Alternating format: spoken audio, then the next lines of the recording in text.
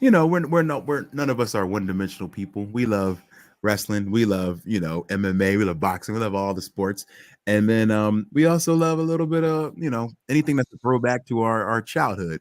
So video games, comics, and Marvel TV shows. So one in particular, X-Men '97 just came back. The show was amazing. And man, once I watched it, I was like, oh, I want to talk about this. And Marcos had watched it too. So we were like, well, let's do it. Let's pod. So we did one pod, and I got a shout out to our podcast homies, Geekscape. And they were like, oh man, let's partner up. Let's keep it going. It's only 8 episodes of the show.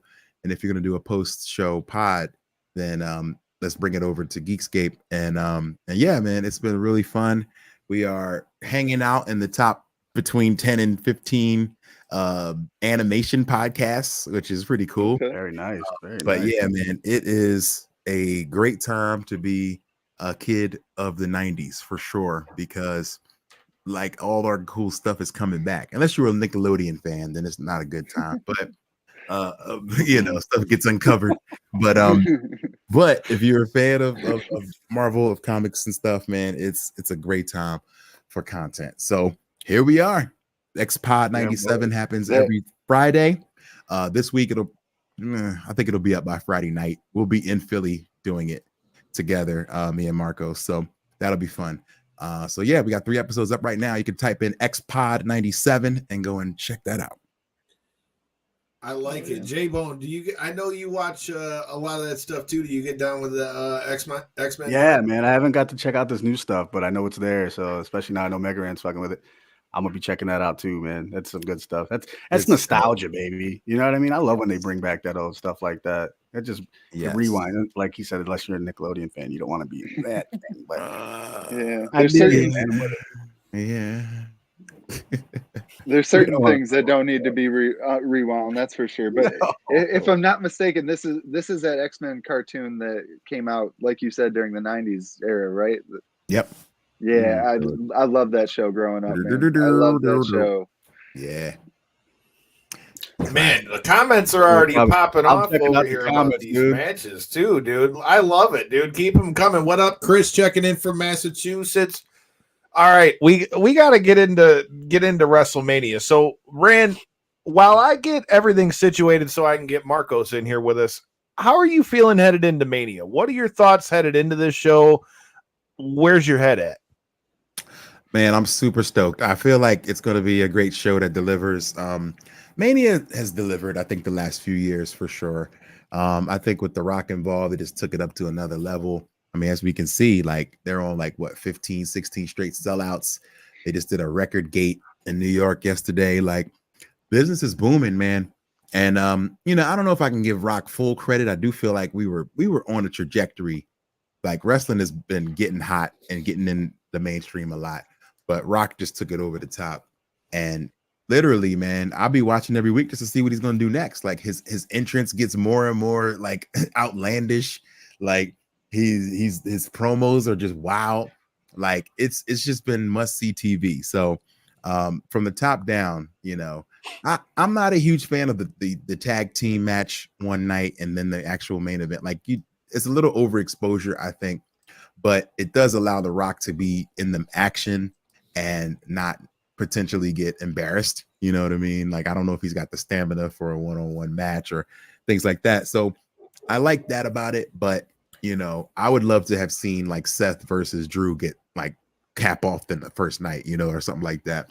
But, just in the traditionalist in me, it's like, that's a main event. But either way, man, it's going to be a phenomenal show. I'm really looking forward to it. And yeah, man, like I think top to bottom, like there's really like only one match I don't really care about, and it's like probably the last one they just made with Ray and Dom and everybody, but outside of that, like it's top to bottom all matches I want to see. Can't argue that. J-Bone, what about you, my man? It's we've got a lot of people already popping off in the comments, and one of the first matches that people are already saying that they're looking forward to seeing, and they think that we're going to see some mystery in it. And if the suggestions that are in my comment chat right now are what we see, I'd be a very happy camper, because anybody that pays attention to our social media, I asked you guys And if you're new here, make sure you hit that subscribe button and the like button and all those buttons. Make sure you check us out. This Thursday, we've got an interview dropping with AWA legend Greg Gagne, also one of the hands behind training Tiffany Stratton, going to be coming through. But we're talking about the ladder match here at WrestleMania, and I feel like that could be one of those. But in the comments, where I'm trying to find where Bree said it, but Bree said she hopes that we could see the Motor City Machine Guns. I would love to see that. I'm hearing that. That would be dope. So dope. I would totally be with that. So definitely a good one for me. Answer me, like, I don't get to watch SmackDown a whole lot, but answer me this, like, so the teams are full, right? But the rumor is that they're going to just kick one of the teams out randomly. Is that rumor? Is Grayson Waller and Austin Theory are going to get booted? So did they win, like, cheat or something to win? Like, why would they get booted? I don't think they cheat. Did they cheat? I don't remember. They didn't how the match cheat, played out. but they had like a cheap. They had a cheap victory. It was I'm trying to remember who it was that got involved. Joey Bree, since we're talking about this, Remind me and refresh my memory. But see it, she's already mad. No, I'll be so upset. Man, look, we all know you like Austin Theory. We've got love for Austin Theory too. Austin Theory is a past guest of this show, so I'm definitely not going to hate on Austin Theory, but I'm just saying, if we had to kick them out so that the Motor City Machine Guns could be in, I mean, I'm just saying, I wouldn't be mad at it. But what if? I mean, here's another. I know you guys seen the Hardy thing floating around the internet, right? That was the other one I was going to say. You know, I was there. Ring the bell, which you can get one of those T-shirts at Millions, and hopefully at our table at WrestleCon. But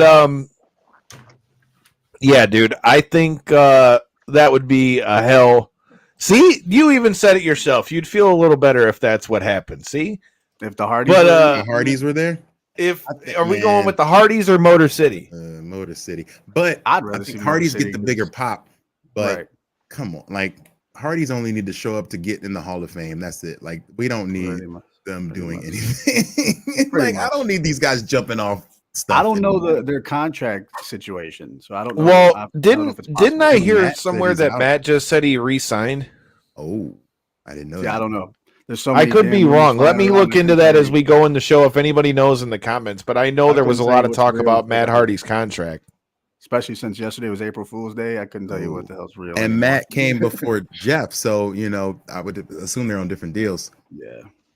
If I was putting money on it, I would say don't expect the Hardys to show up. But if that's going to be the case, expect to be pleasantly surprised. It is WrestleMania, right?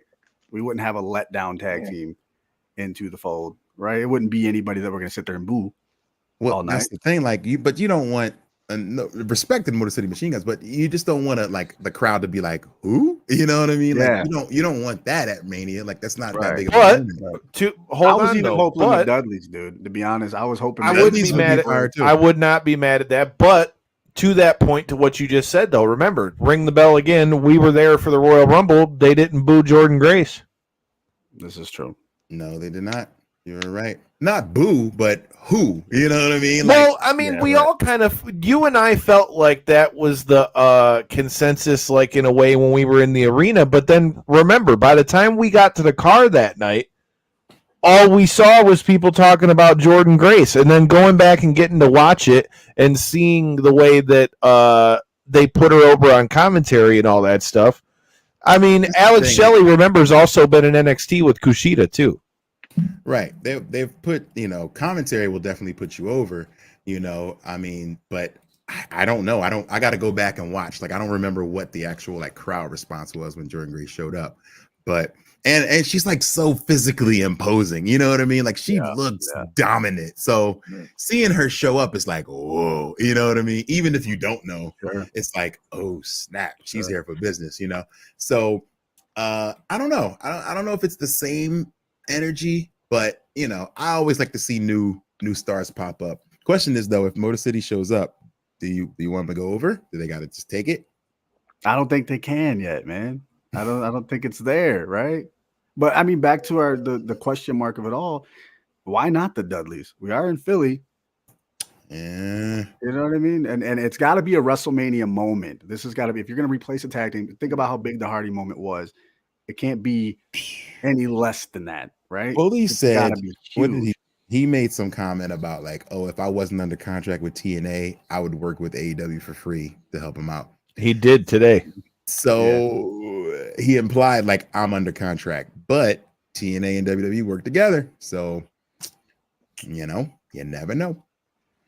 Like I said, dude, I would love to see it, but again, and we're talking about Bully Ray here, who we know if he was going to do something like that, dude, he would be one of those people that would keep that shit under wraps. Like I could totally see that being a thing and keeping that under wraps and not wanting to do that. Well, You would never hear from him. Yeah, for sure. Right.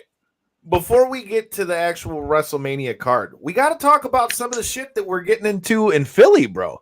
Like, Wale Mania is about to be lit. Year announces a special guest. Past guest of the show, Big Swole, is another past guest. We're going to see a lot of the homies down there. Tell me about some of what you're getting into, what we're going to get down to in WrestleMania week. Oh, my gosh. It's getting crazy, man. Like, literally from the moment I land, it begins, man. Thursday morning, this just announced I get to drop an exclusive that I will be ring announcing at the Defy show during Mania weekend, which takes place, bell time is 11 a.m. And that is going down. It's going to be a great show. The Collective has a ton of events happening. So it literally begins the moment I land. Penn's Landing Caterers is where it goes down, 11 a.m. to 1:30. There's so much stuff happening. Progress is going on at the Collective. For the Culture is at the Collective. JCW versus the World late Thursday night. So there's so much happening. But then in between that, going to hang out with the homie, a fellow Philadelphian, the Blue Meanie. He's having Meanie Mania going down at McCusker's Tavern out in South Philly. So it's just going to be a bar kickback. So we're going to hang out there for a little bit, get the pregame going. And then we go to what's my main event of the evening, which is Wale Mania going down at what used to be called the Electric Factory. Now it's Franklin Music Hall. The lineup is incredible. If you've never been to a Wale Mania, it's hard to explain to people because, like, is it just a Wale concert? No, it's not just a concert. Oh, is it like podcast? Well, yeah, but not just that. It's like a kickback. Well, yeah, but not just that. So there's everything happening that you love to see at a wrestling weekend. You'll be at a bar just chilling and turn around and bump into your favorite wrestler. Like it's that kind of vibe. So I can't recommend it enough. If you haven't got a ticket yet, it's probably going to sell out. So get to Wale Mania. That's just Thursday, man. Like I'm going to be done by the end of the weekend. I'm not going to have a voice, might not have a liver. It is going to be insane this week. I'm so looking forward to it, man. All right. So here's the $1 million question. Is Roosevelt's the dress code for that night? Are we rocking the Roosevelts? Is that what we're doing? You know what? I'm not. I'm bringing some Roosevelts. Shout out to them. I got a few new jams. I'm even rocking one tomorrow. I got it laid out here that I'm gonna throw in tomorrow. But I will be wearing probably several throughout my day. But since I have 2 events going on, I'm gonna be wearing one thing at the ring announce thing at Defy, and then I'll be wearing something different. I will say this though. We're close to Easter, so my color is pink. That's all I'm saying. I'm going Mark Henry. Brett, all right. I'm going Mark Henry salmon jacket. Okay, I like it. The salmon suit. Yeah. Look, don't go turning heel on me, all right? We're supposed to be kicking it all weekend, and 5 days is a long time if we're going to be beefing. Yo, for real. But man, y'all got me excited thinking about the Dudleys in this match. Like I would. Dude, it's popping in the comments, bro. Chris from Massachusetts saying the same thing. What up, though? Everybody checking us out from Mega Ranch channel. Make sure you guys hit that subscribe button. Don't miss this chat with Greg Gagne. But yeah, dude, the more I think about it, the more I'm leaning towards the Dudleys, man. I'm with it. Yeah, that sounds more realistic than the Hardys, to be honest. And Motor City's like, but we said it was unrealistic with the Hardys when it happened the last time, did we not? Like, dead ass. I literally said to the kid in front of me. Now, for those that don't know the backstory and are new to the show, WrestleMania 33 was like almost like the origin story for the original 4 of that were on our show, me, Devin, Kyle, and Kevin. Because, dude, I went to WrestleMania 33 all by myself. I'm sitting there by myself in the seats. And I swear to God, I remember it as vivid as it was yesterday. I remember saying to the kid, there's no way that the Hardys are going to come out. And then sure as shit, man, I'm like, wow. That was insane. I looked like an asshole. Literally the night before, like 12 hours earlier, they had this brutal ladder match with the Young Bucks. And I did not think, no way. I did not think they were showing up and winning. Like, it was insane.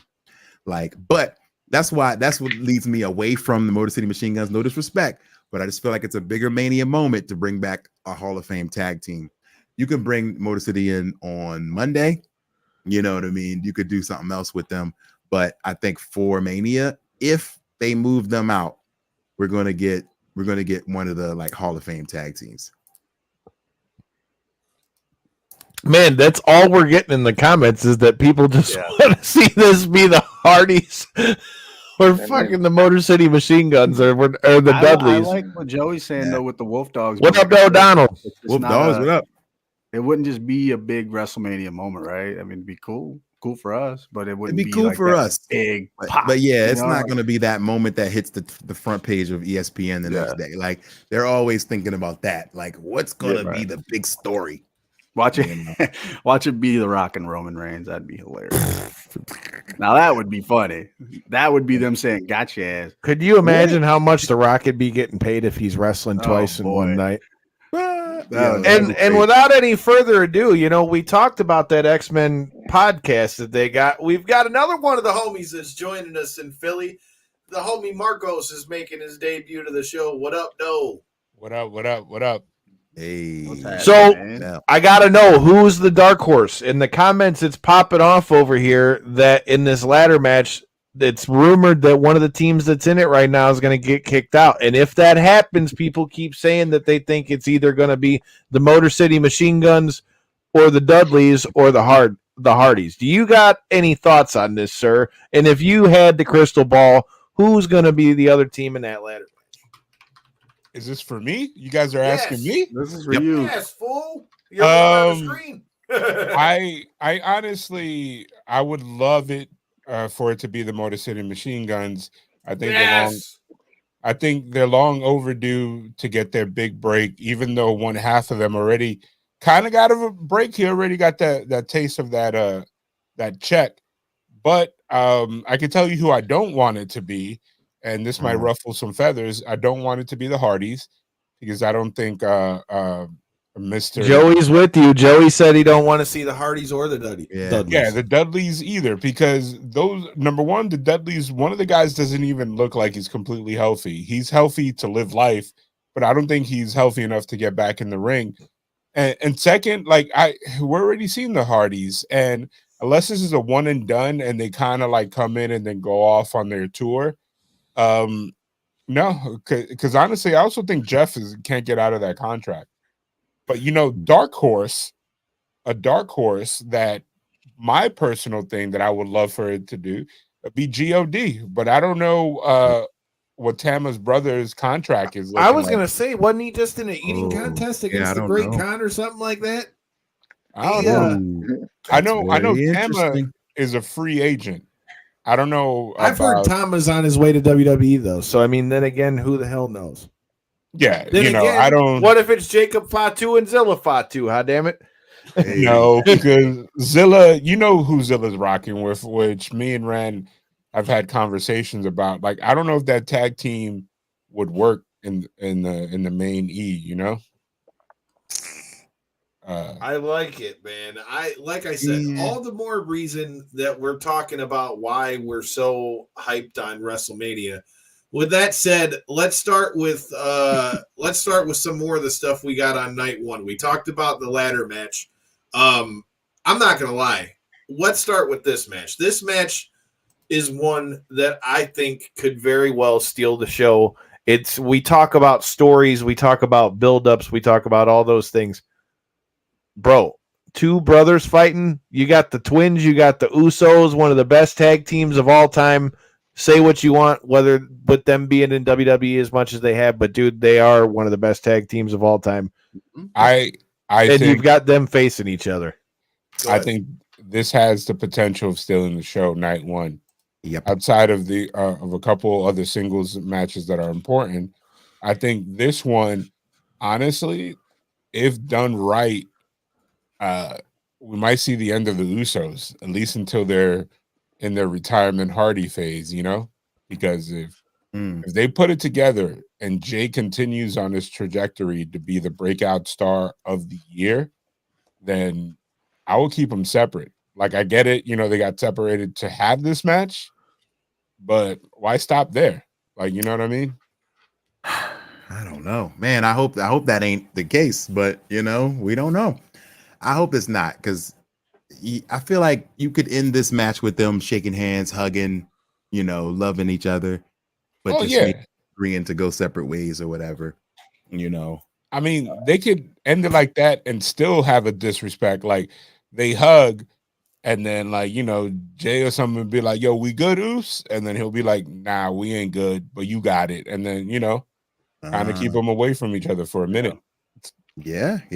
This could be. Yeah, there's a way to leave it open at the end. You know what I mean? We don't have to have the full story yet, but we could have a good match. We could steal the show and leave it open. So this kind of goes into what I was talking about earlier with like the way my big hope with the way that all this plays out is that everything from night one bleeds into night two, and this is one of the perfect examples.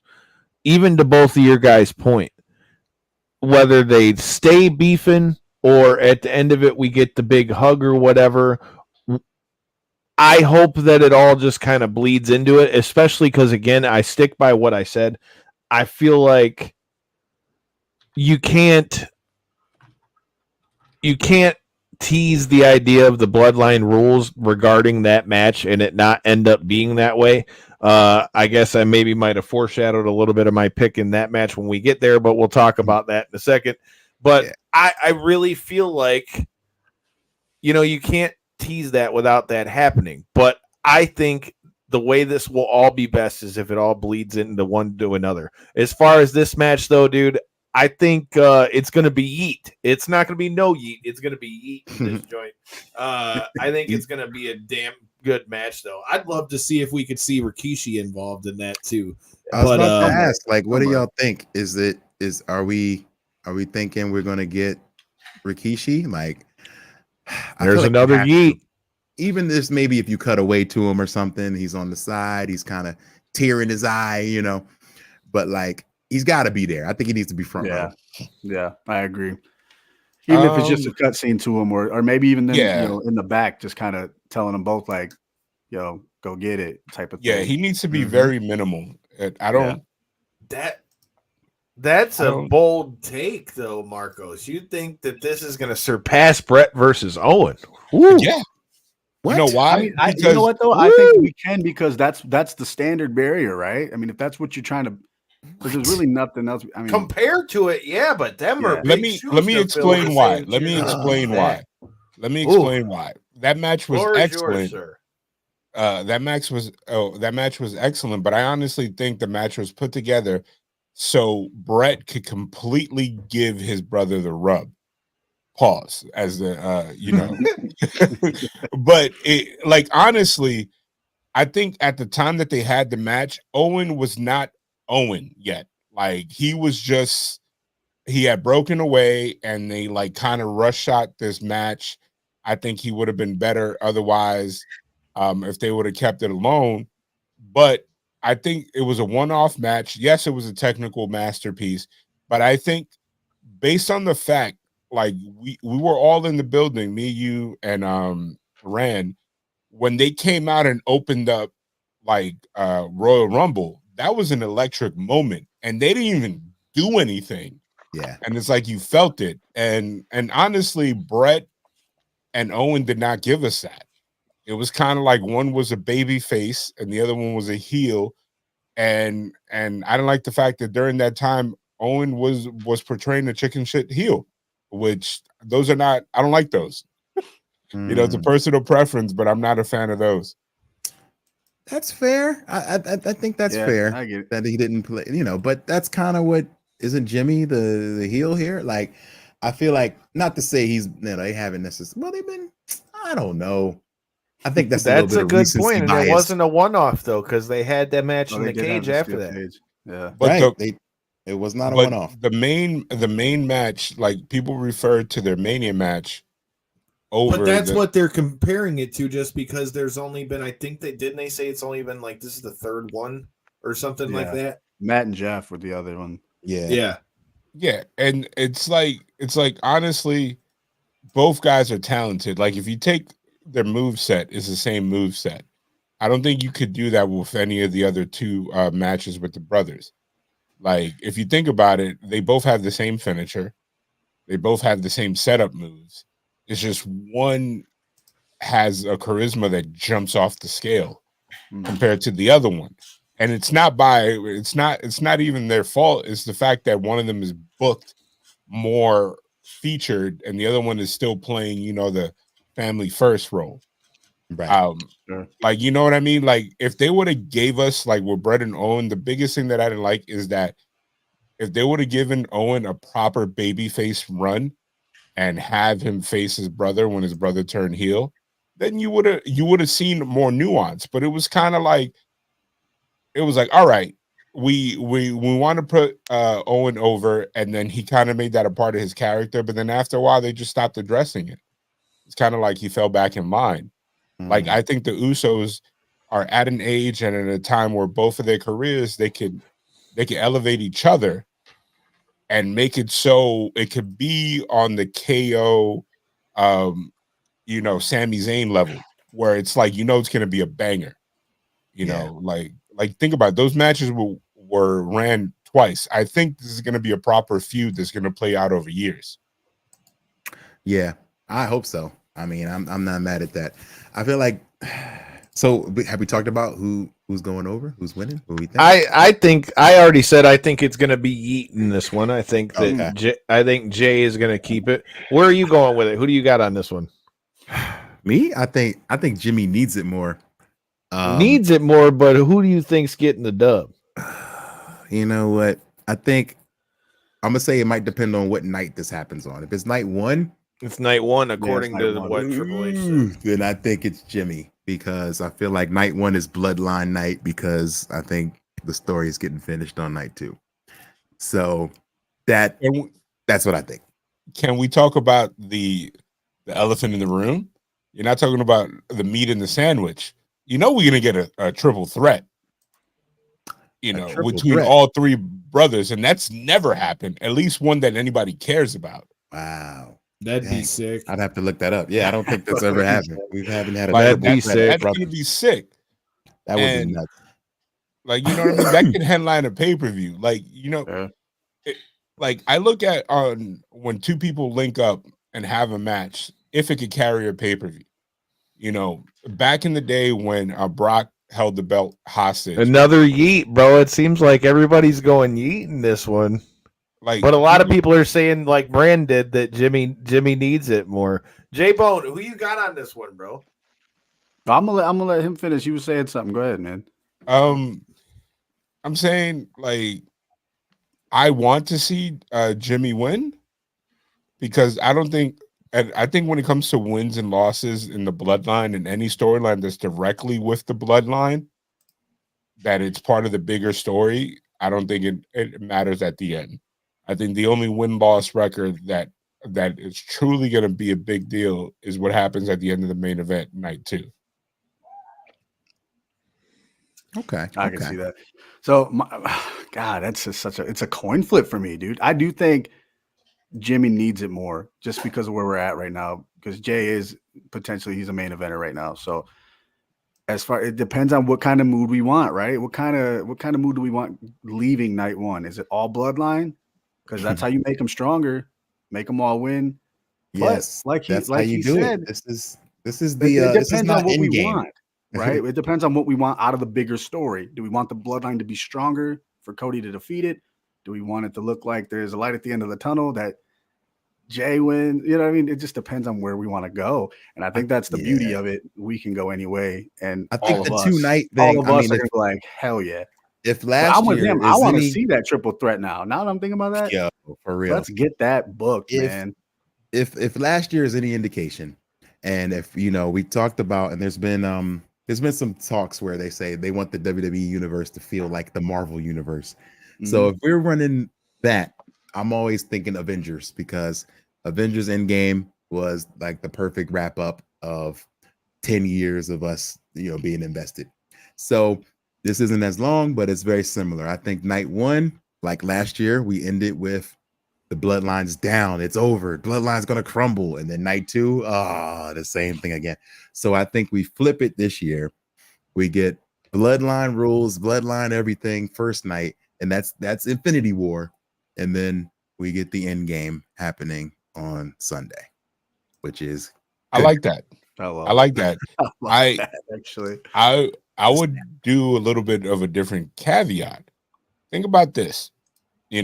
All the because outside of the tag match, the only bloodline match would be Jimmy and Jay, right? That could be a toss-up, whoever wins there, right?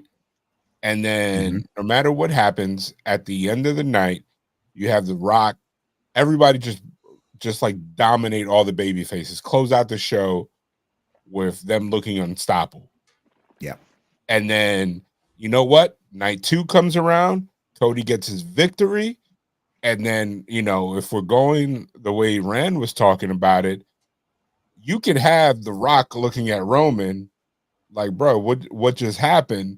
And kind of have a moment. Do you guys remember when CM Punk took over the NXT faction that Wade Barrett was in? Yeah. Nexus. Well, he kind of came in and he picked up the thing and kind of looked and was like, all right, now I'm going to run this. You know what I mean? You kind of have the bloodline again, but The Rock in charge with new blood, and you could kind of give Roman the rest that he needs. And if you want, you can have them infighting, or you could just bring back Roman as a babyface, but still be him later on. There's so many ways that they could do this. This is probably good. We're going to talk about bloodline next year. It's going to be WrestleMania 41. Like we might, WWE is so good right now that we might not even be talking about The Rock. Who knows? I'm with it. Corey, you got to pick on this one. Or are you going yeet or no yeet? Is Jay or Jimmy winning? I mean, like you guys have been saying, man, that brother relationship for it to finally come to a head, man. I don't know, man, but it's I would be. I don't know which way to go in my professional or less than professional opinion. I mean, it really is just like, I'm going to say yeet because it's just the way to go, I guess, right? But that being said, it really is interesting that the I guess, relationship and stuff like that is being brought to a forefront at the same night that the whole Rock thing and stuff is taking place. Come on, man. What if we had you and Brian scrapping it out, bro? You got a brother now. Hey. That'd be a good fight. I mean, Brian's a big, tall sumbitch, dude. So Corey wouldn't be able to use his reach. Let me tell you. I put it on my WrestleMania. Let's go, baby. Give him the potential and ring the bell. That's all right. We got and this is just going off of what it says. This is on Wrestling Inc. I'm reading this.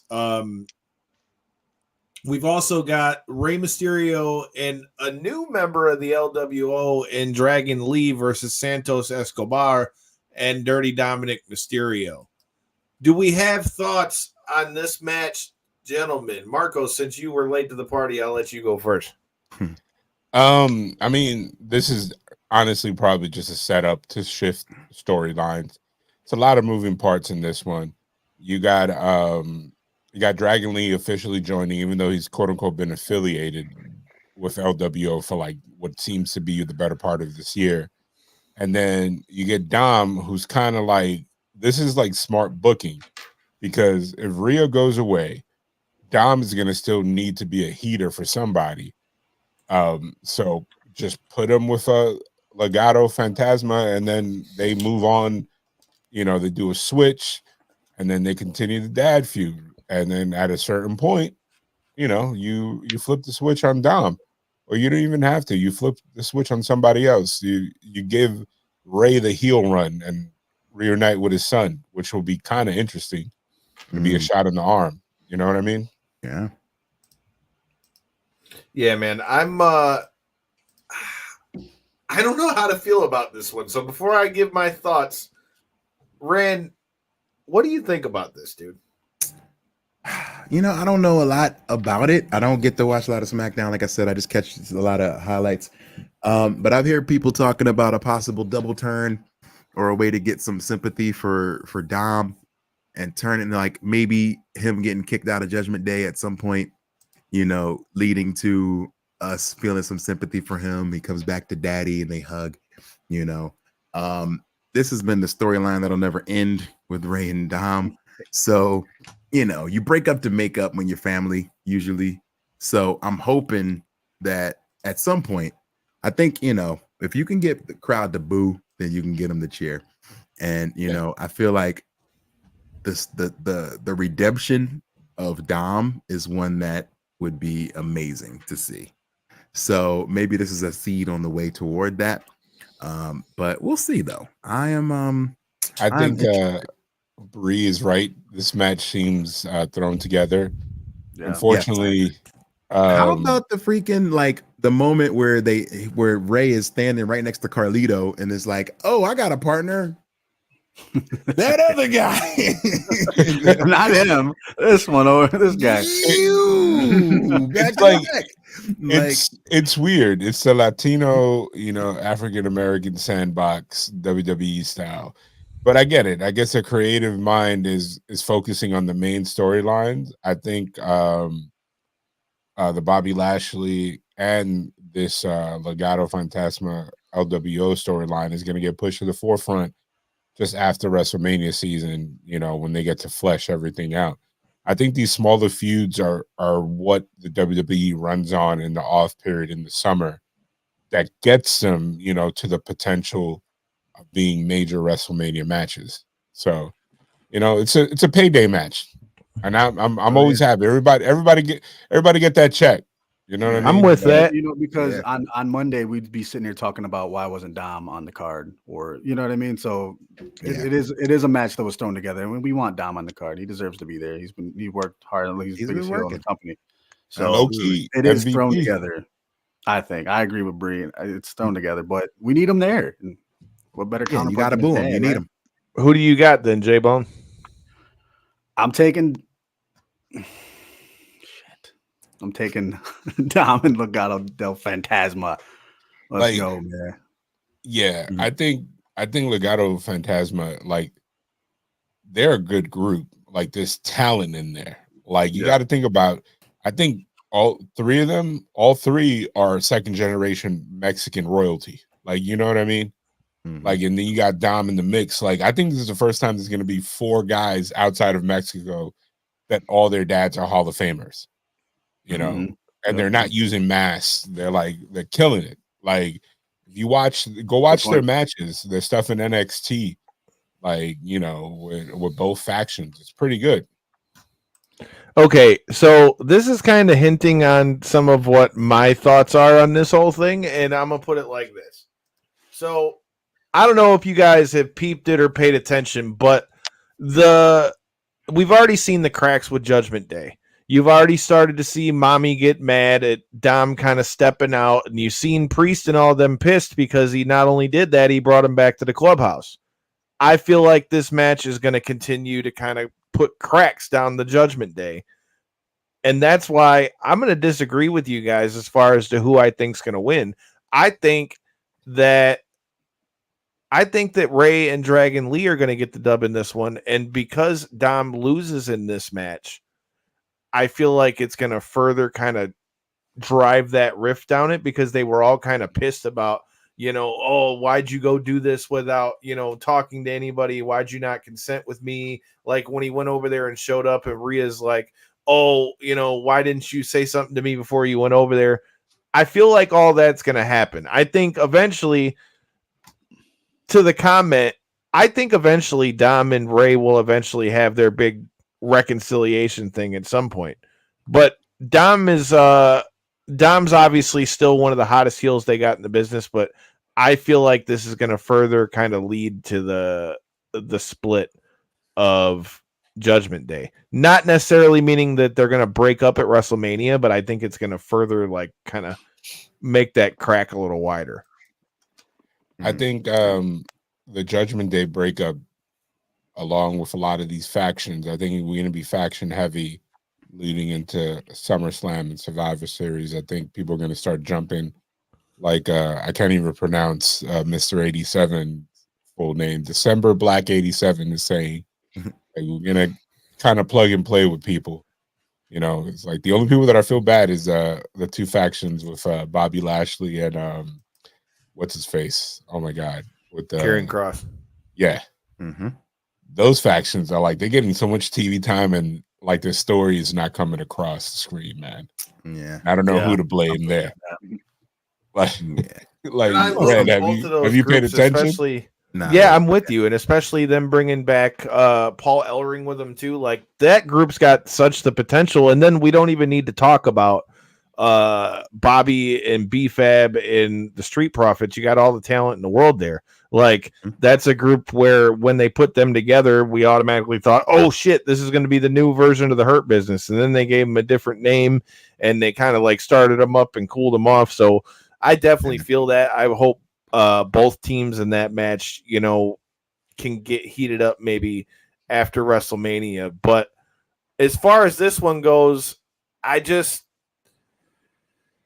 like I said, I think that it's going to just further drive that wedge as far as the Judgment Day goes. All right, as far as the rest of this night one goes, we've got Sami Zayn versus Gunther for your Intercontinental Championship. And I'm not going to lie, man. I'm really hoping, and I was hoping on Monday, especially with what happened, that somehow this would like put Chad Gable into that match. Yeah, because especially after getting to chat with dude while we were in Tampa, like I think a lot of people are behind him to do something as far as a single. I really do. And I would say that more than all the times that they've tried to really kind of do anything with him since they broke him up out of the tag teams. But I feel like, especially after that match and what he said about his daughter and all those things, I think now would have been a time that I think maybe a triple threat would be good. But then again, how can you hate on Sami Zayn at the same time? Sami Zayn, you know, had all the integral parts that he had in the Bloodline storyline and all that stuff as well. Like, you can't sit here and act as though, you know, Sammy's like undeserving of it. I'll make my pick first, I guess, but I mean, I think Gunther obviously keeps the title, but I really hope that we see some kind of interaction from Chad Gable. Then again, who knows? Maybe Chad Gable helps Sami Zayn so Sami Zayn can win the title, and that's how we get Gunther towards the world title. I guess I'll do around the world on this one. J-Bone, who you got? Long story short for me, I'm taking Gunther. Let's keep that reign going, baby. Let's keep that reign going. It's going to be a good one. Marcos, who you got? Oh man, I'm gonna go left on here. I got Sammy retaining. And I got him. He beat New. No, I'm sorry. I got Sammy beating Gunther. Some miscommunication with Imperium. Gunther blames him, beats the crap out of them. You know, then splits off, goes after the world, the heavyweight title, and then this is where the crux, or this is how they book it well. You know, Sammy comes out, does an open challenge. Gable, Monday night after Raw, comes out, low blows him, beats him for the belt. Heel turn. It's going with what they like. The fact that he came to his face and he looked mad, but kind of was like, it's all good. And then he was like, I just don't think you're going to beat him. Like, just have him do that. And then, and then, you know, have him move away from his faction, you know, come back as a serious Chad Gable. He doesn't even need a mouthpiece. He just becomes the mid-card heel champ, because let's be honest, that belt always looks good on a heel champ. You know what I mean? There's something about the IC title, and then you flip flop it, come back. Sammy doesn't need it. Put him somewhere else. Guess who comes back and finally claims the singles title? Yeet. That's how you book it, baby. He said, Wow. book it. Let's go.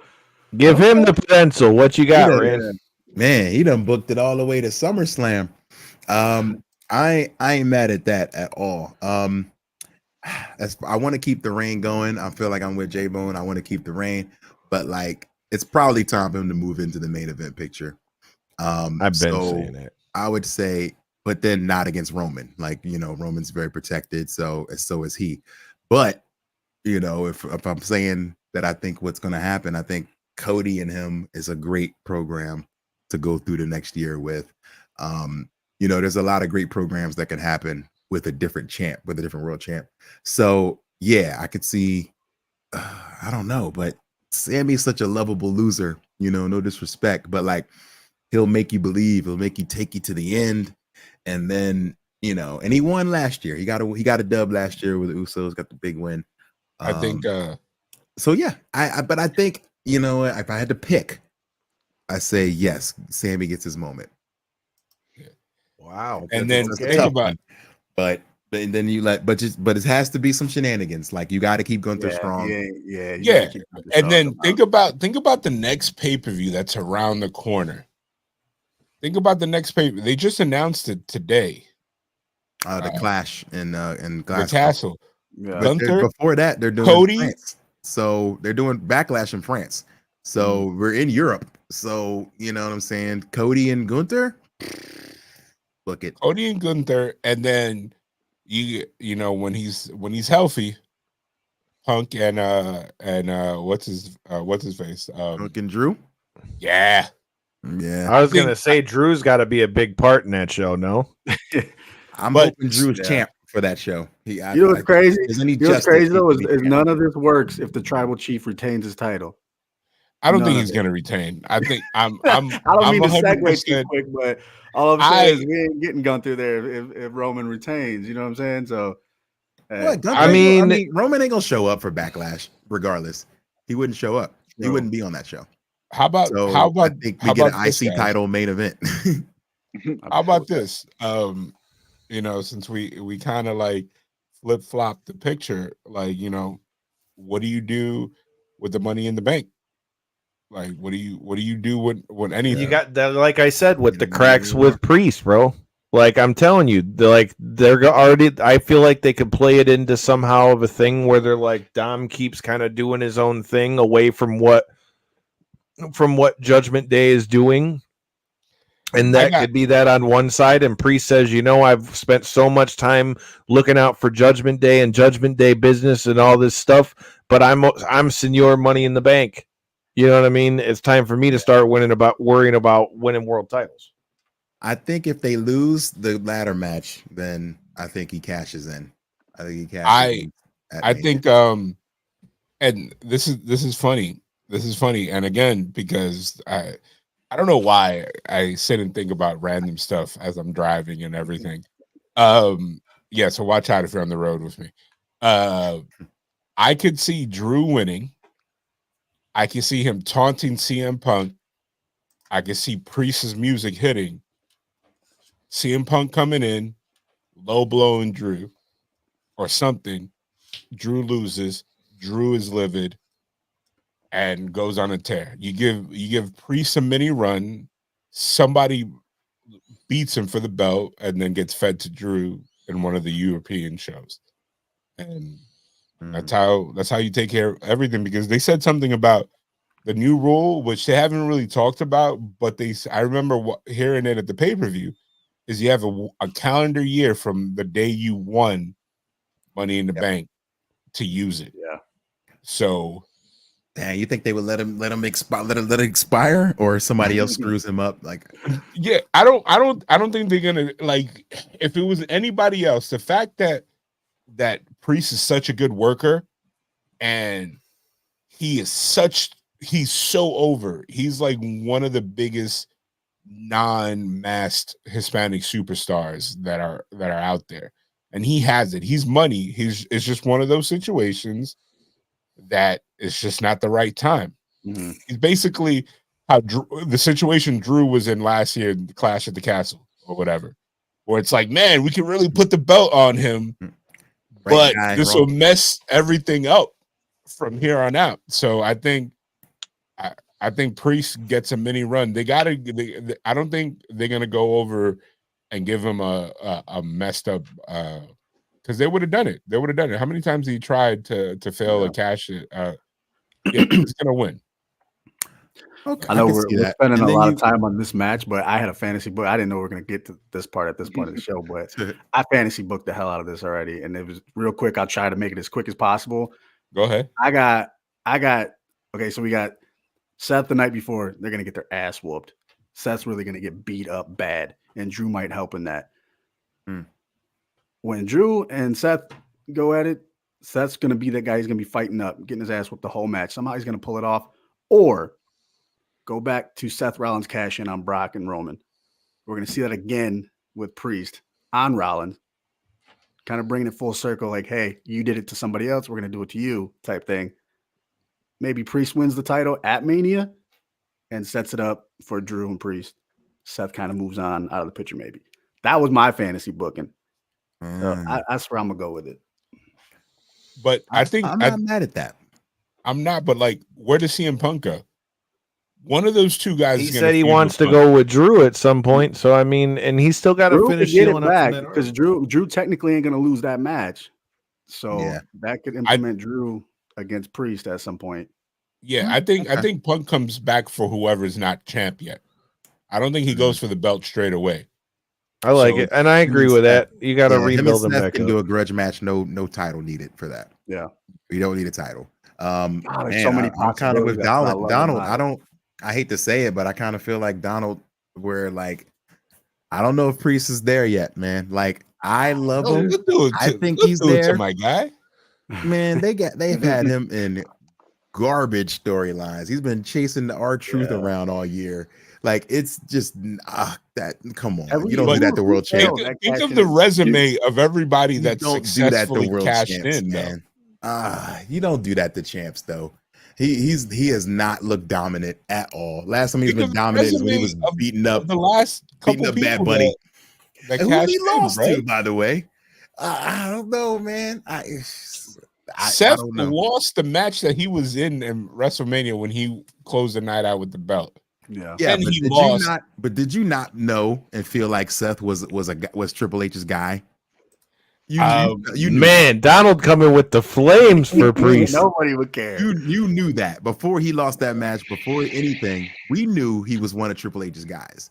Like, Seth looked strong. Even in that loss, he took the hellified RKO. Yeah, like, you know, the more memorable RKOs. It's like, all right, I'm gonna lose, but it's gonna be crazy. You know what I'm saying? Like, Priest had a moment, man. Like, I want to not had a moment. You know what? I want to see Priest win. Me too. I want to see Priest Bad Money in Puerto Rico for the belt. Book it. Book it. Yes. Hell yeah. All right. Since we're talking fire. Big booking joints, man, you guys got to tell me. Ran, I'll let you go first on this one.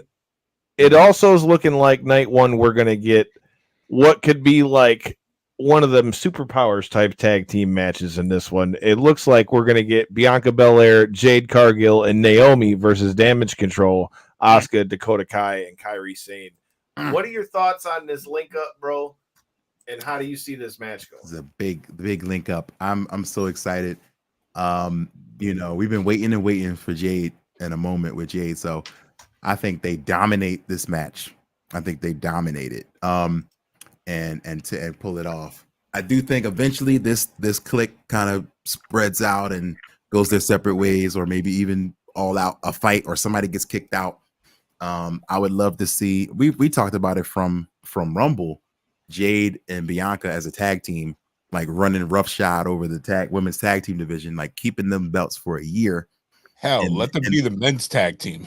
Yo, give them the men's belts. You know, give them all the belts, and then you get a Mega Powers Explode, where they're beefing and now they got to settle it at next Mania. Who's Miss Elizabeth? You bring Naomi is Miss Naomi. It's Naomi. No. You bring in your man. What's his name? That used to be the wine person for Carmella. Bring him back from NXT. Yo, Bring Reggie. Reggie. Yeah, we need a valet. He's out the mud now, bro. Come on. Yeah, shout out to Reggie, man. He did some amazing things. I watch his Instagram once in a while. He'd be like, "Yo, I'm him. Look at what I used to do." And he was like doing splits in the ring and flipping off the turnbuckle and doing all crazy stuff. Yeah. Like he was going wild with it. Shout out to Reggie. All right, Rand. I know you're short on time on this one, so I'll give you the rapid fire action real quick. And Marcos, you can help us go through night 2 right quick. All right. We talked a little bit about it already with tag match and what's going on with that. I think I already know where you're going, but I'll give you rapid fire. The last one being Cody and Roman night 2. But we've also got on night 2, you've got the women that got to get down too. So you got to tell me, who do you got? Is Mommy going to stay on top, or is the man going to win another belt? I think Mommy stays on top. Rhea's had the most dominant run of probably any woman that I've seen in this era. The fact that she's held it from Mania to Mania and there has not been a crack in the armor. She hasn't even been tested. I mean, outside of, I guess you could call the Nia Jax match a test, but like there has been no contest. So I think this will be another phenomenal match, but I think Rhea keeps it for sure. Mommy on top all day. Okay, so Mommy on top. I think I tend to agree with you on that one. But all right, how are we feeling about Bayley and Io Sky on this one? Bayley. This is the most telegraphed ending of any match in the last 5 years. Bayley wins. This is no question. The entire storyline has not been done well. Like we called the turns, we called the wins, we've called the losses. Like, to me, it just hasn't been booked well. But I do want to see Bayley have her moment, but it's been such a slow, obvious build to me, where it has been Stevie Wonder sees this coming. Like, you know what I'm saying? I was at the show. We were like, okay, so all right, Dakota turns on her today. And sure enough, Dakota turns. Like, it was so obvious. Like, everything has been happening so predictable. So if it stays with predictability, Bayley gets her moment. I just hope it's a good match. They give them some time and they let them go, because I feel like Bayley's been disrespected this whole post Royal Rumble win situation. It's been all about Cody and the bloodline, and they haven't really given her storyline the proper time. And but yeah, I hope they get a good 20 minutes to just go at it. All right, it looks like you've got for the United States strap, you got Randy Orton, Kevin Owens, and Logan Paul. Is Logan Paul going home strapless in this joint? Oh, for me, no. I think Logan keeps it. He's the money. The money's in the chase, which is why for the longest I've been thinking Cody was going to lose again, because I was like, nah, you got to chase the bad guy. But I think Logan is the perfect guy to have that belt and be chased by your favorite people. So yes, I think he holds on to it. He does something crazy, something that makes us not hate him as much. And he takes some crazy bump. He does something wild, but I think he holds on to it. All right. Is Seth holding on to his title against the crazy Scotsman, Drew McIntyre? No. Burn it down. Drew's been so overdue for his moment. I went to Mania in where was that? Tampa. Was that 36 when he fought Lashley and lost, freaking basically tapped out to the Hurt Lock. And I did not expect that. And I was like, yo, like, this man has not been able to hold this title in front of people. He deserves his moment. And this is it. This has been the best Drew we've ever seen. Like, he is killing it. I don't know who's writing his tweets or whatever, but he is fire. He just can't miss. He is Seth Curry from the logo right now. So if he loses, that's a crime against humanity, dude. I would be if he loses, he's leaving. Yeah, that's it. That's the only way. If he loses, that means he's out. He's AEW bound. Drew Galloway is all elite.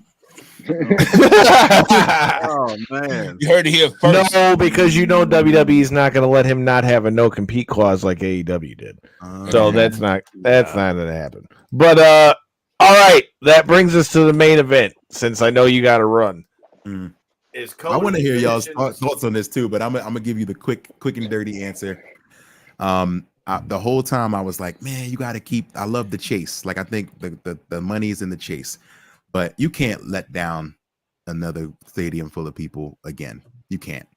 The whole story last year was, oh, it's too soon. He hasn't had any adversity. Cody hasn't been through anything. You don't debut one Mania and then win the main event the next year. Nah, Cody has been through it all, and he's come out smelling fresher than ever. And he is the guy. Like he's the purest baby face of this generation. And of baby faces. He is the whitest of white meat, the purest of baby faces. He has driven snow, and I'm worried that the fans will turn on him in 6 months, but that's not important. I think what's important is crown that man.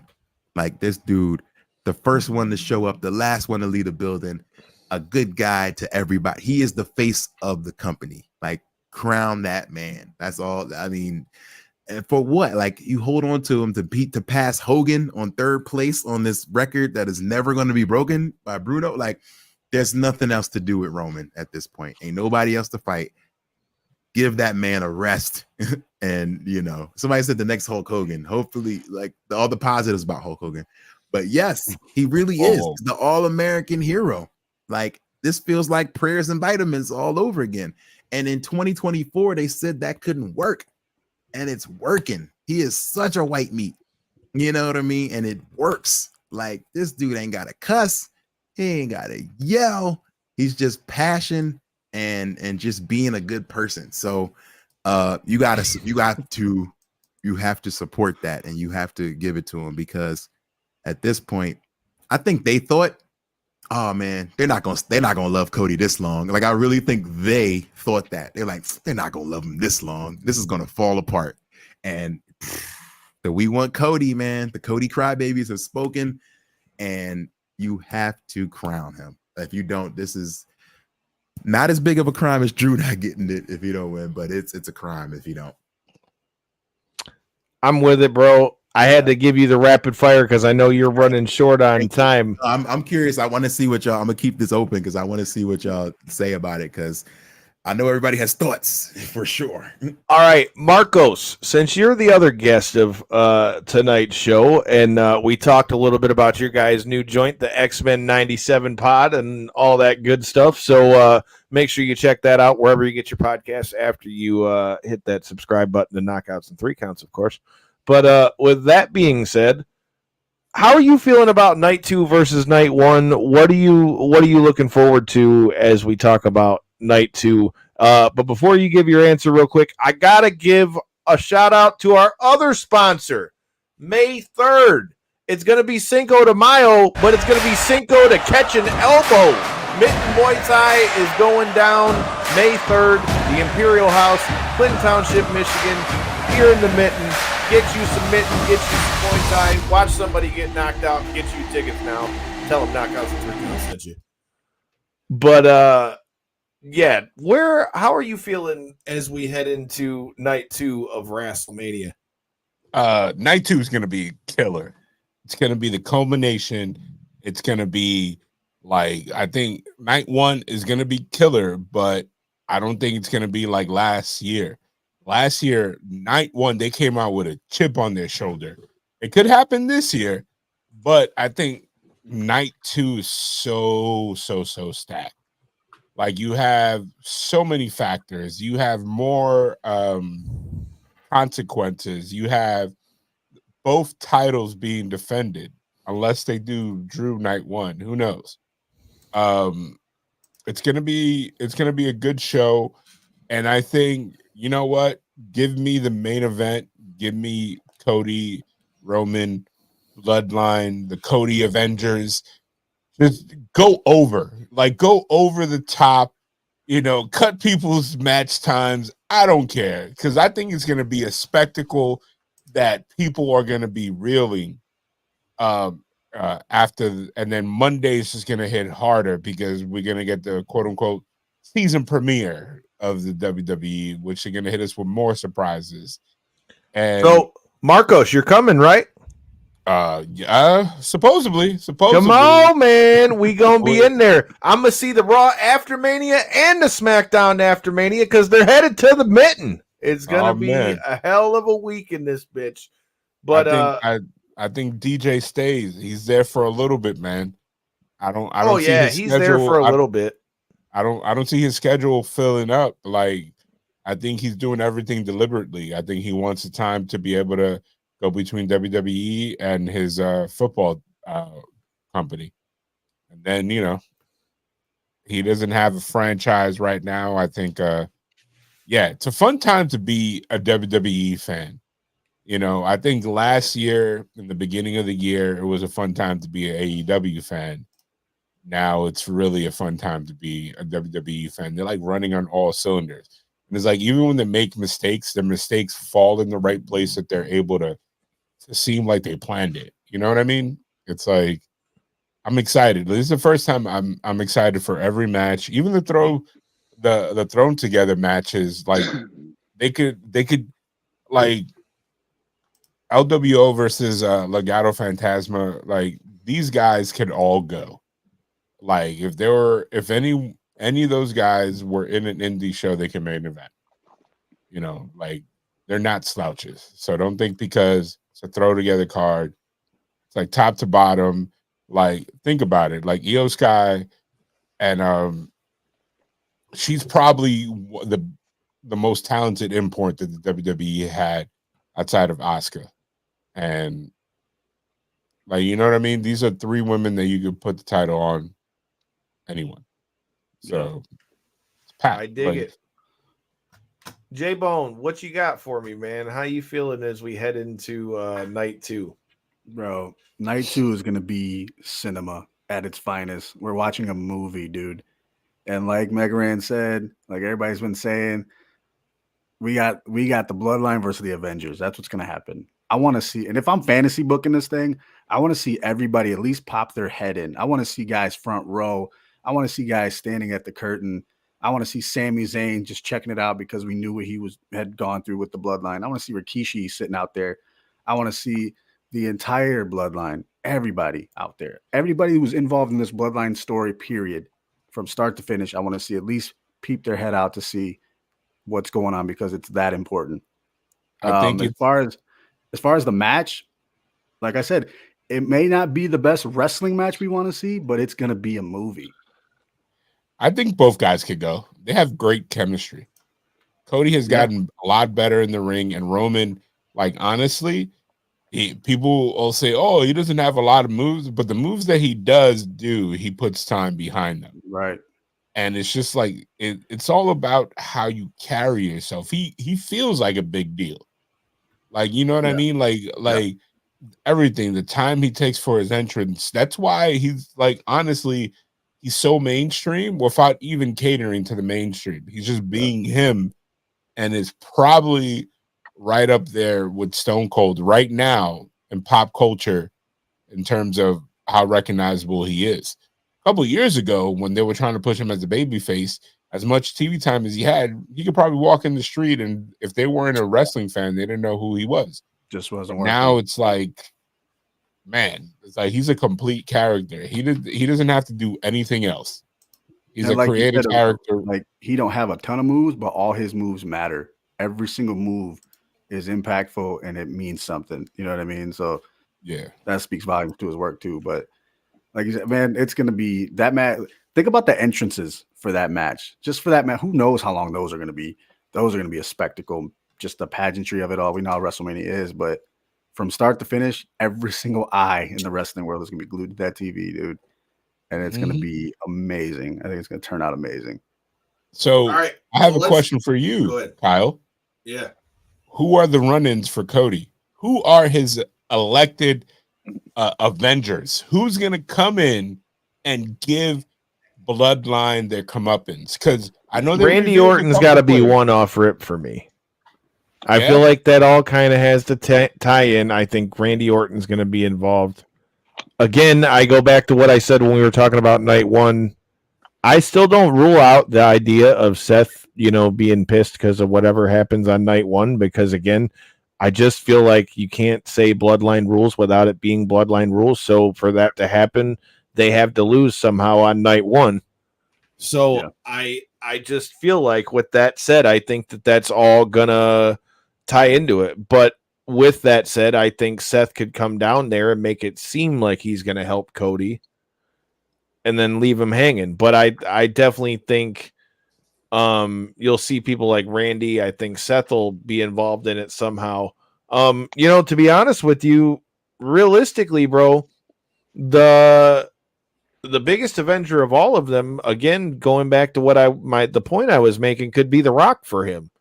I mean, because if there's beef between them two on night one and Rock says, you can't win this without me, and fucks Roman. Sure. Yeah. I just don't think it's going to be a secret turn. Like, how the internet went crazy with the instead of the one, the gunshot. No, I agree. And that's what I'm saying. He could turn on Roman. That's what I'm saying. Like, I think whatever. I think is it gonna be he's a mole, or is it gonna be like just two heels don't get along? I think they've already been planting the seeds with the way that you've seen Heyman kind of giving him the side eye. You know what I mean? Like, feeling like he senses the tension between The Rock and Roman, and you've seen those little things throughout the thing. And I think if things don't go well, if they win on night one, but let's say, a couple times their chemistry's off or whatever the case, and it sows that little seed of dissension there, well, then that only kind of intensifies things as we get to night two. But let's get to picking some of these matches, man. We've been flapping. Let's go. We've been flapping our gums. All right. Let's start first with the 6-man tag team Philadelphia street fight that apparently looks like it's going to be on night 2 too. I'm not going to lie to you. With all the title matches, I think this one's getting overshadowed. But what do you got on this one, Marcos? Who you got in this match? I assume this is with the Street Profits and Bobby Lashley. Yeah. It has to be Bobby and the Street Profits. The reason why is like, dude, it's like, even if the numbers are even, it always feels like the heels always have an additional person. Like, they always get laid out. Like, like they gotta have, and it can't be like a fluke. It has to be a dominant performance by like Bobby Lashley got to show that he's stronger than Karrion Kross. Like, the tag team, I get it. The tag team could just be their thing, but like, it has to come down. Bobby got to make Karrion Kross tap. That's just the way it is. Bobby has But don't you think that kills off that whole group, though, with them bringing back Paul Ellering and all this, and you got the AOP they brought back, and then for them to just come in and lose? But then again, I'm with you in that I don't want to see Bobby and the Street Profits, keep looking like some bums either. Yeah. I think honestly, somebody losing in a tag match, unless one of them is a champ, I think it could go either way. You know why I don't think it kills it? Because you have to do the Bobby Karrion Kross program now as faction leaders.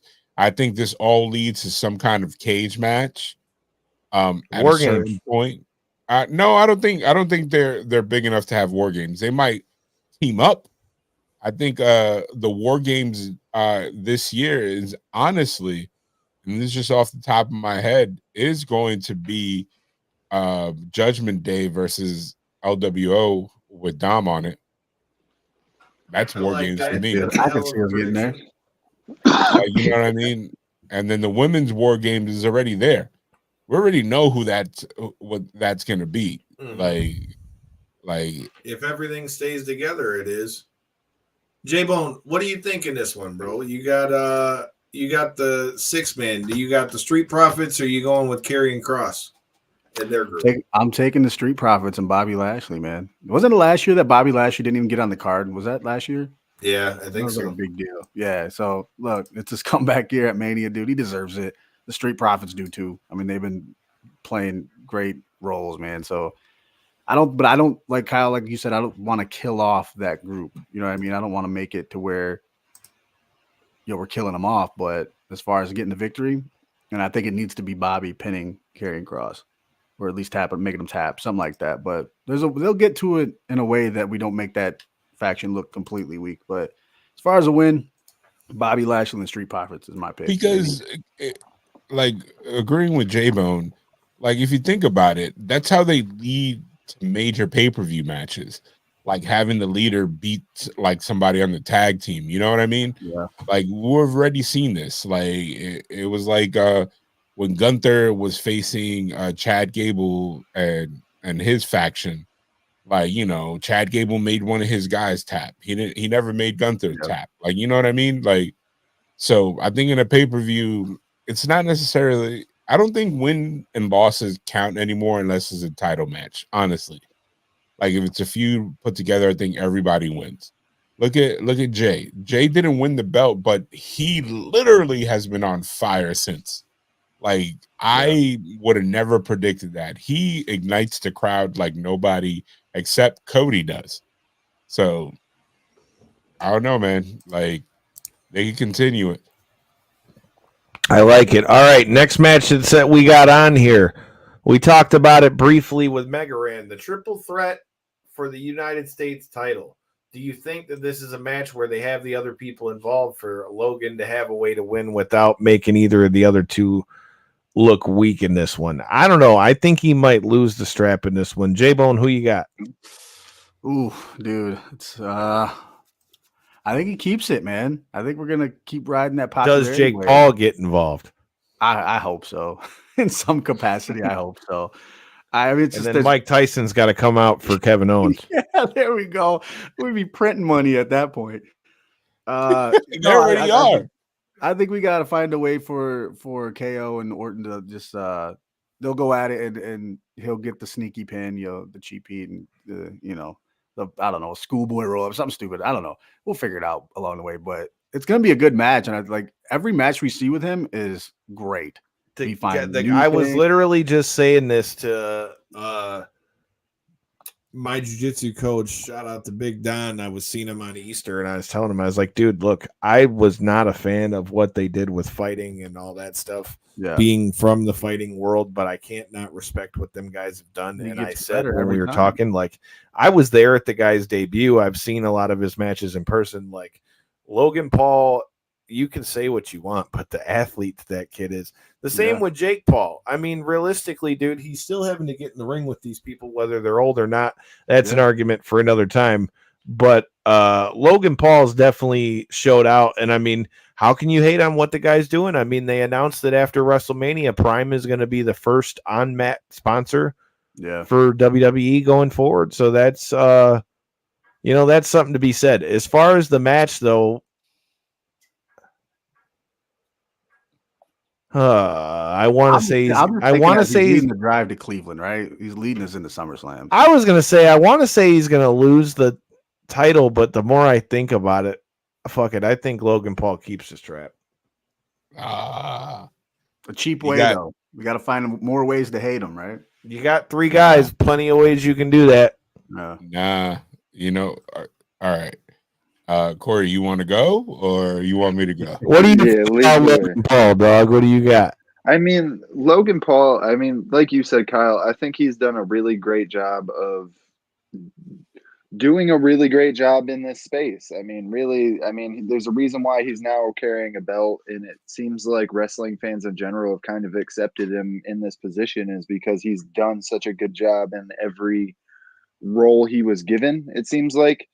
And he just continues to do these big stunts and stuff like that you might not expect a guy of his size and stature to be trying to pull off, especially with the kind of lack of wrestling experience. So I feel like the train's just continuing to go. And like you say, with the Prime thing coming on the mat, I think that also adds a factor to why you would not want to strip the guy of his belt right now, essentially. So I'm definitely feeling like that would be the way that they're going in this one.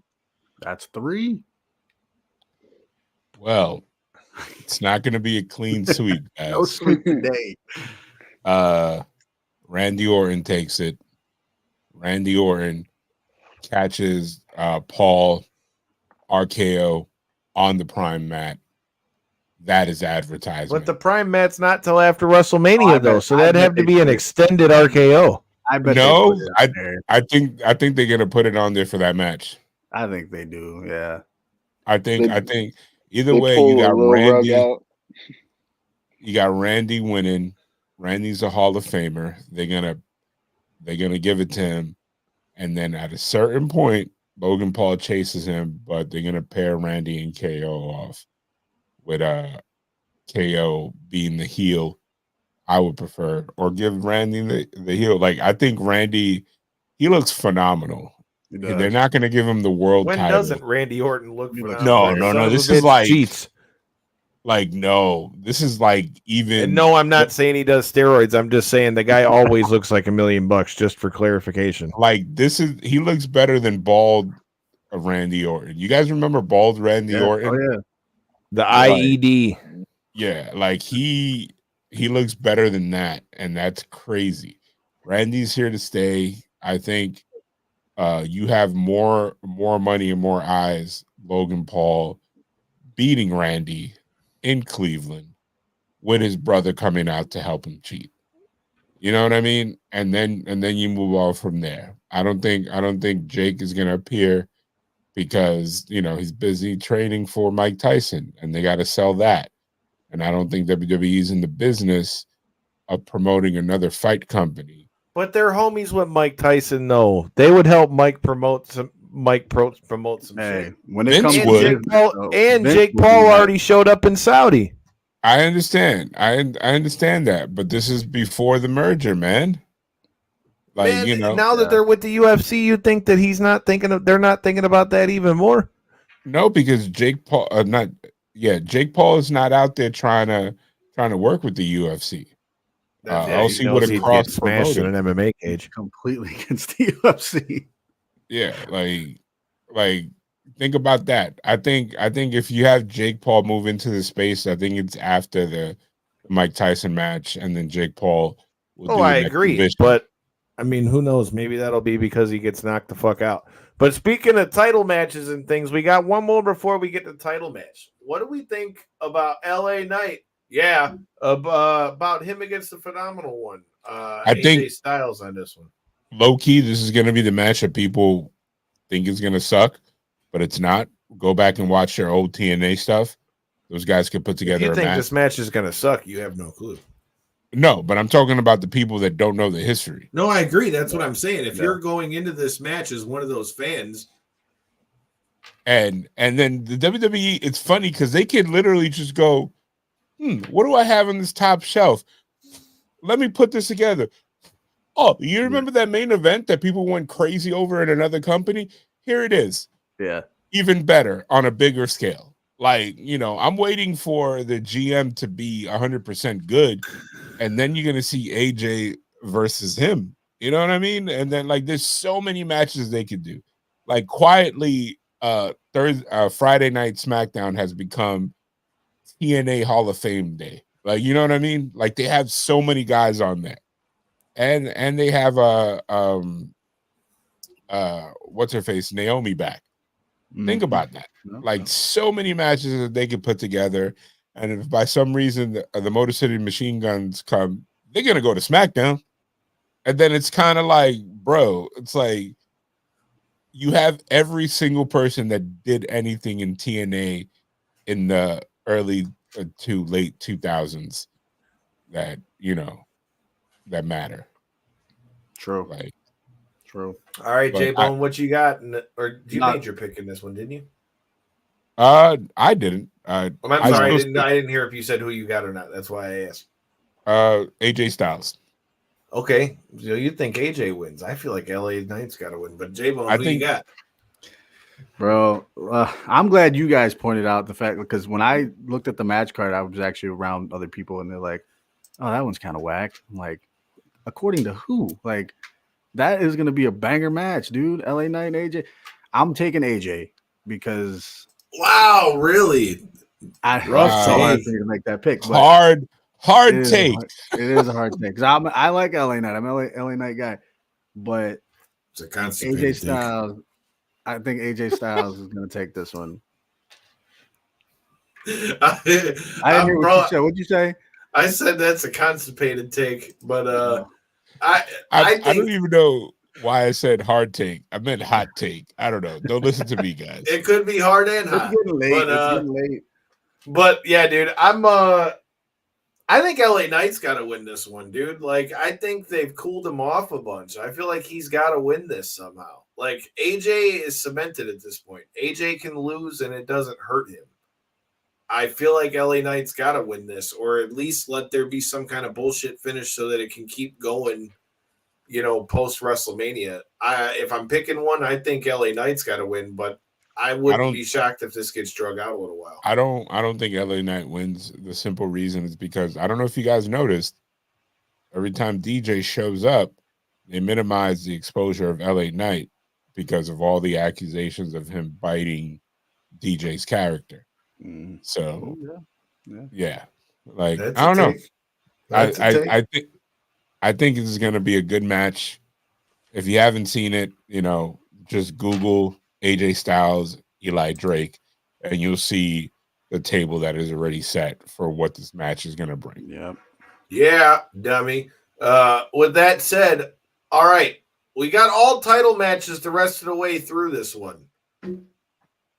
We all said that we think Bayley's got to pretty much beat Io Sky on this one, so we already have kind of talked about that. But the one that we haven't really gotten to talk a ton about is Seth Rollins versus Drew McIntyre. How are we feeling about this one? I feel like, obviously they said Seth was hurt. I think Seth's going to go away for a while, but I think Drew's got to win this match, no? Like, I thought he's cleared. Didn't he wrestle a couple times yet already, or no? He's wrestled a couple times, but I mean, they were saying how he was hurt. I mean, even if he's doing better than he was, I'd imagine he's still hurt to some degree. But I don't think. Go ahead. I don't think he's going to take off for surgery, but I also don't think he's going to retain because it's bigger than him at this point. Like, I was talking to Rand about this on a personal level. He did what WWE asked him to. He became the inaugural champion. He elevated that title, even though people gave him shit for it. He elevated it, and now it's going to be defended at WrestleMania against probably one of the hottest heels in the industry right now. That's not Roman Reigns, because Roman is just a complete superstar right now. Drew is literally lightning in a bottle right now because he literally took a situation where he was in that was bullshit. His contract was expiring. They weren't really featuring him. And then he just turned it around and used the booking. I think he was always going to be in WrestleMania, but they didn't think that he was going to be this over. So I don't know how they're going to get there, but I see Drew walking out as the champion at the end of the match. I don't think he leaves the pay-per-view as the champion, at least if I would book it.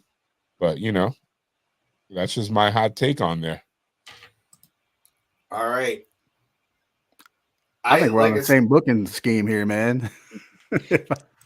We're booking the same show here. But I'm the same, dude. If you ain't getting, like he said, Drew's lightning in a bottle right now. If you ain't getting it right now, you ain't getting it where it's at later on. So I think he wins the match. But if he doesn't leave the pay-per-view with the belt, we already know that cash-in is coming. But as far as that match goes, if anything, everything goes as planned and there's no interference, no nothing like that, I think Drew wins this because he needs to right now. This is the time for Drew to win. So that's my pick. And then if I want to be a super fan, Kyle, for a second, I'll book this WrestleMania 1994-93.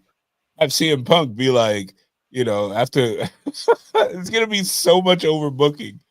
Have CM if Priest cashes in and wins, have CM Punk pull a Hogan and be like, "What's up, brother? You want to go now?" And the end of the bring out a ref and have CM Punk win. Literally, I'll take you right now in my street clothes. Yeah, literally, I didn't punch a guy; I just choked a guy a little bit with my arm thingy on. I'll take you right now. Yeah, he does something. That's called the Terminator arm. He chokes him out with it. You heard him. He said he didn't punch nobody. He just choked the guy a little bit. But all right, man. I ain't shit. I would love to book it. If I can book it, I'll be like that. And then when Punk is walking back to the top, just have John Cena like just hit him with a chair and have his own ref. 24/7 titles back, bitch. For the one night. Oh man, that would be the greatest thing ever.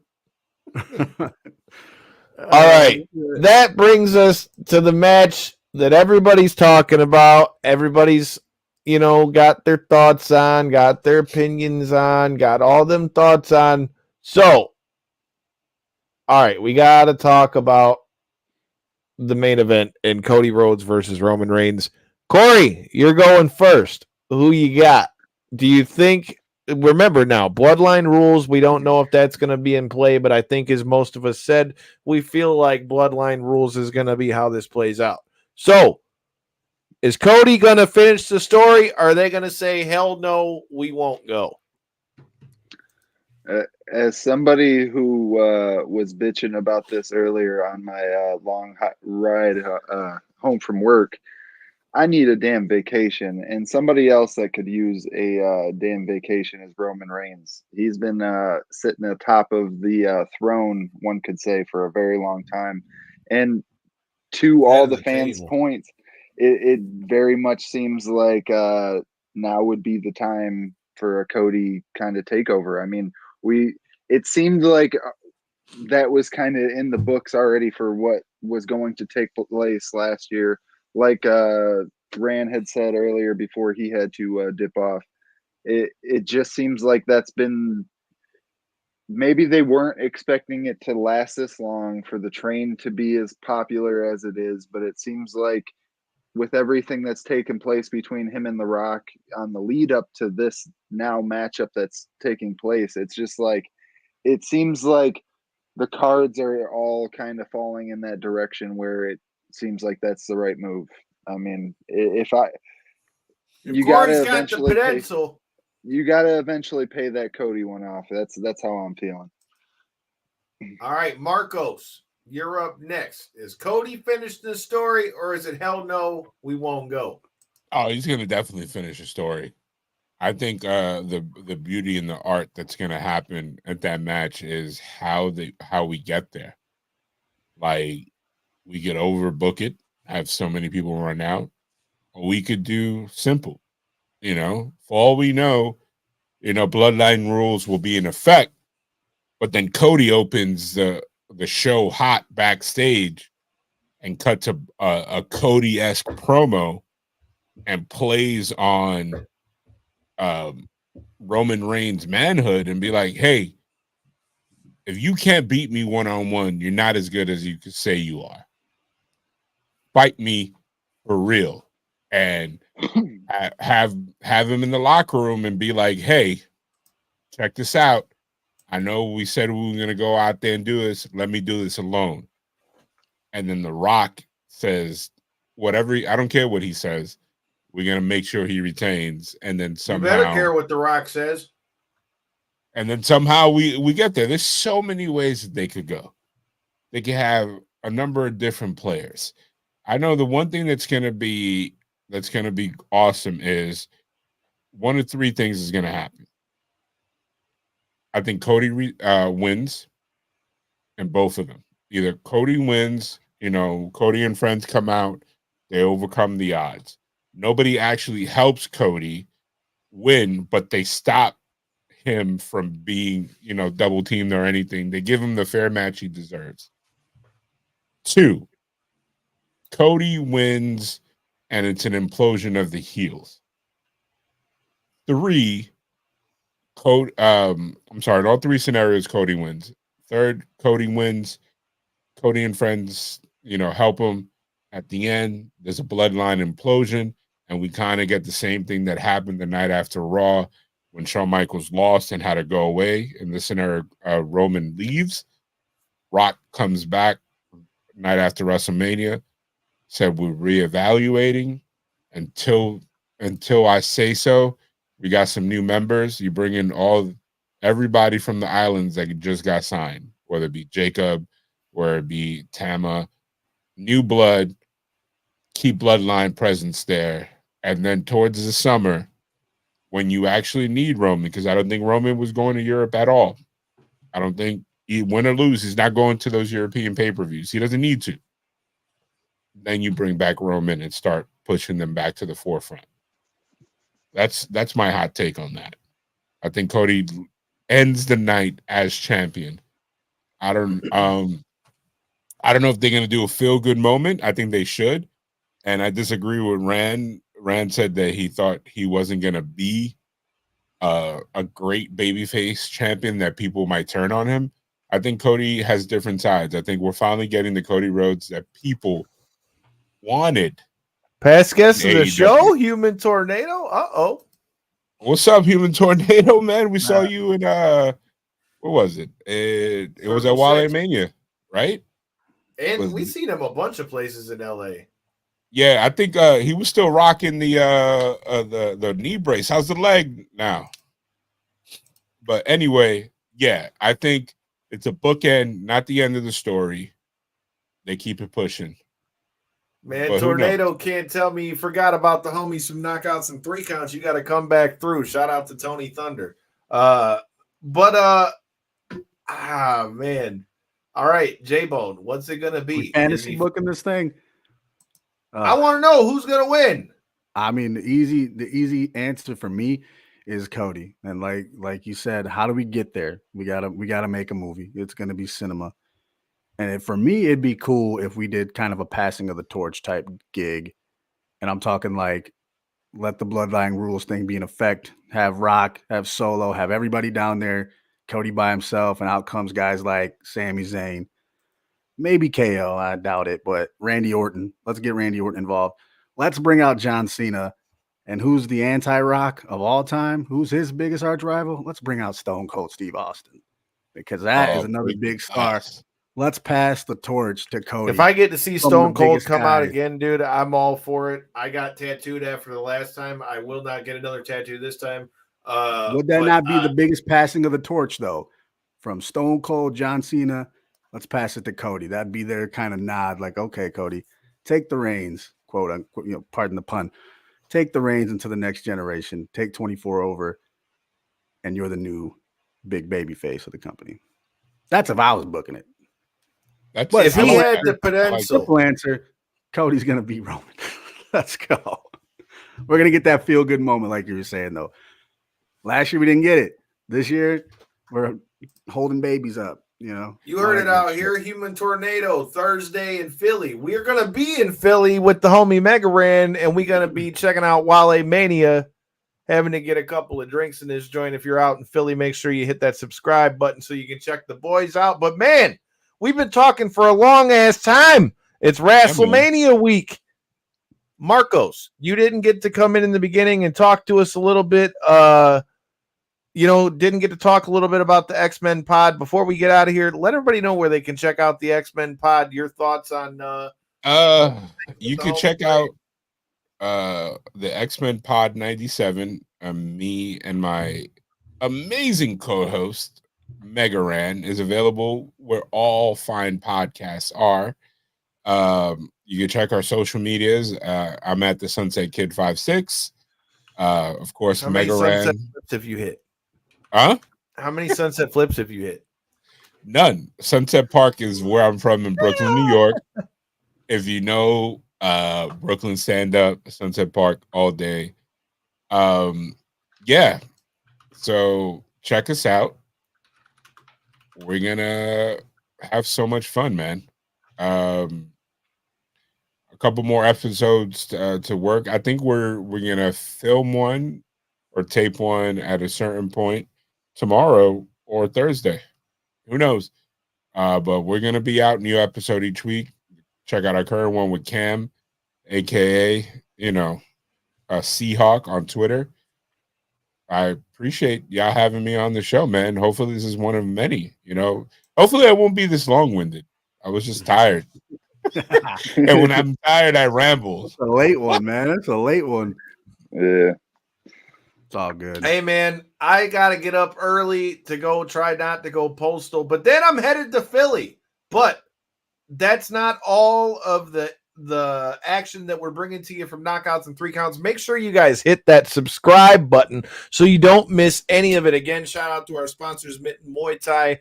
Shout out to our sponsor, Potter's Tree Service. This Thursday, 9 p.m. Eastern, we still got you covered. I might be in Philly.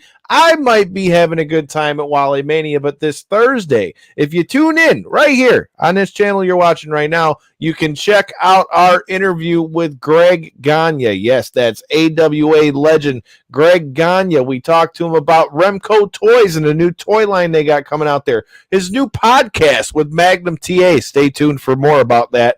And also training the likes of Tiffany Stratton, what he thought about AWA versus WWE and all kinds of things. And even Greg gave us his thoughts about this year's WrestleMania. You got to make sure you check that out this Thursday, 9 p.m. Eastern, right back here on YouTube. If you guys are new here, make sure you hit the subscribe button. If you're watching us on any of the other platforms, make sure you hit the follow button. And if you are in Philly, make sure you check out our homie, the Human Tornado.